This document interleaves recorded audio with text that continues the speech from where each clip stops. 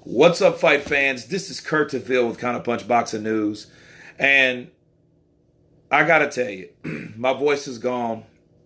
I just got through watching the Alvarez and Kovalev fight, the Bivol and Chalemba fight. And I'm going to start with the best first. Alvarez did exactly what I thought he was going to do. I figured even though he only had 11 knockouts, this was indeed to be a knockout. We also know Kovalev had the heavier hands. We knew that going in. But we knew Kovalev, his chin is subject because he was caught off guard by Andre Ward. Now I'm thinking it's more of he's just a chinny guy. You know what I'm saying? Because at first I'm thinking like, okay, Alvarez was beating him to the punch, so it's the puncher versus the boxer. So I'm like, okay, this is going to be classic, you know what I mean? And the puncher was slower than the boxer, so it's classic, it's like some Duran versus Leonard type activity going on, and Alvarez was beating him to the punch with the jab. And I'm telling you, I was like, man, I was already excited. Well, somewhere down the line, like by the third or fourth round, Kovalev starts to come on. He starts to just land body punches and starts landing a lot of combinations, which he's really not known for. Again, he started that in the Ward 2 fight, and it really wasn't, it didn't really benefit him because I think he punched himself out, trying to keep up with the way Ward fought. But he did the same thing with Alvarez.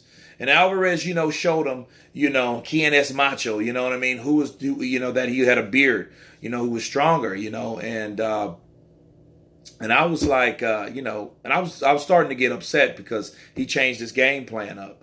But what was spectacular, I didn't even see it coming. He played possum with Sergey Kovalev. He made Sergey Kovalev think that he was hurt.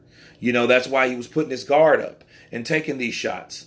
You know what I mean? Even though a lot of his shots were low, some of those were low. Ward shots were low. But he hit Kovalev with a punch he just didn't see.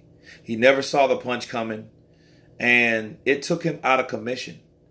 And and that's what I was hoping it would happen. Not because I dislike Kovalev.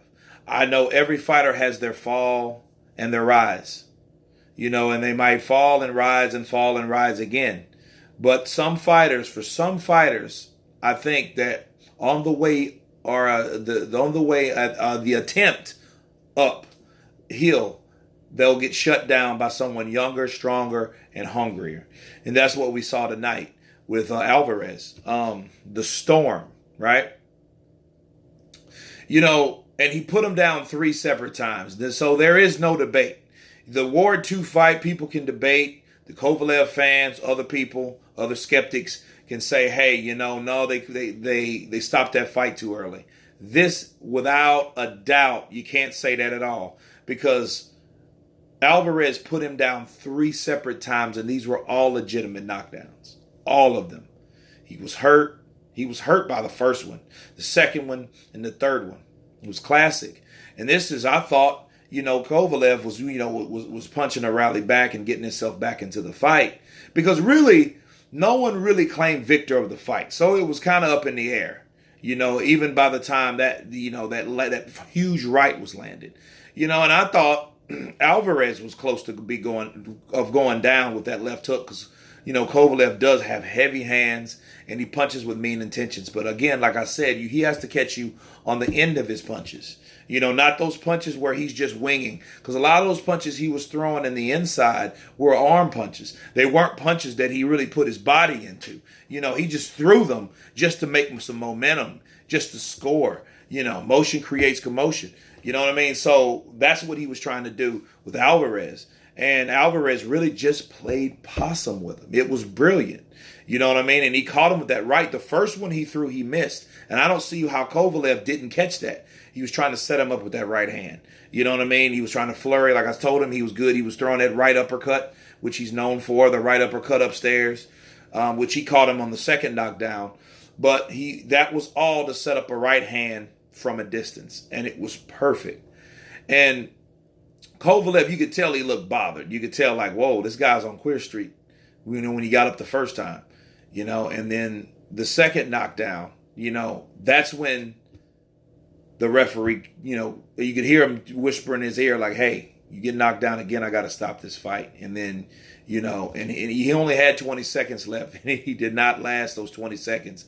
And like the great Roy Jones Jr. said right before he got hit with that right hand, it's the punch that you do not see will take you out. And that's exactly what happened. Kovalev did not see that right hand. He did not respect Alvarez's punching power. He knew he was a fast guy, but I keep telling people speed is power. And if you get hit with a punch you don't see, that's even add insult to injury, more so. So, I heard it.